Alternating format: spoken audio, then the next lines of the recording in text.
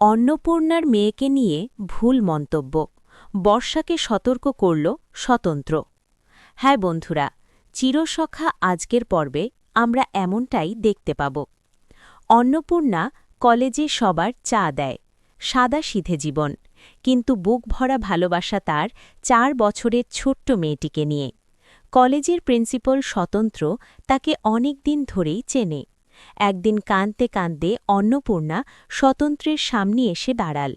স্বতন্ত্রদা, আমার মেয়েটাকে বাঁচান, ওকে আমি আর রাখতে পারছি না, কাঁপা গলায় বলল সে। স্বতন্ত্র অবাক হয়ে কারণ জানতে চাইলে অন্নপূর্ণা জানায় তার স্বামী আর একটা মেয়েকে মেনে নিতে রাজি নয়।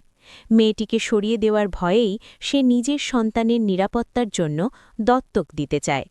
কথাগুলো শুনে স্বতন্ত্রের মন কেঁপে ওঠে। সে সিদ্ধান্ত নেয় মেয়েটিকে নিজের কাছে নিয়ে আসবে।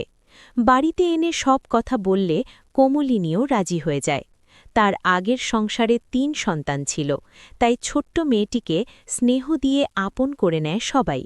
শুধু বর্ষা, কোমলিনীর বড় ছেলের বউ, মনে মনে বিষয়টা মেনে নিতে পারে না। কয়েকদিন পর এক বিকেলে মেয়েটি উঠোনে খেলছিল, তখন বর্ষা ঠোঁট বাঁকিয়ে বলে উঠল, কাজের মেয়ের বাচ্চা তো কাজের মেয়েই হবে, এত আদর কিসের? কথাটা শুনে ছোট্ট মেয়েটি থমকে দাঁড়ায়।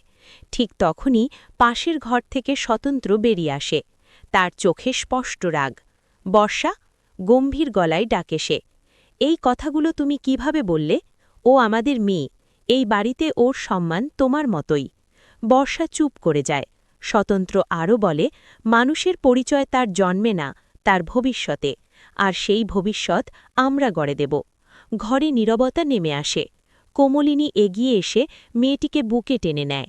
স্বতন্ত্র মনে মনে প্রতিজ্ঞা করে যে কোনো পরিস্থিতিতে সে এই শিশুটিকে নিজের সন্তানের মতোই মানুষ করবে। সেদিনের পর থেকে বাড়ির পরিবেশ বদলে যায়। ভালোবাসা আর সম্মানই হয়ে ওঠে সেই ছোট্ট মেয়েটির সবচেয়ে বড় শক্তি। ভিডিওটি ভালো লাগলে অবশ্যই চ্যানেলটি সাবস্ক্রাইব করে পাশে থাকবেন।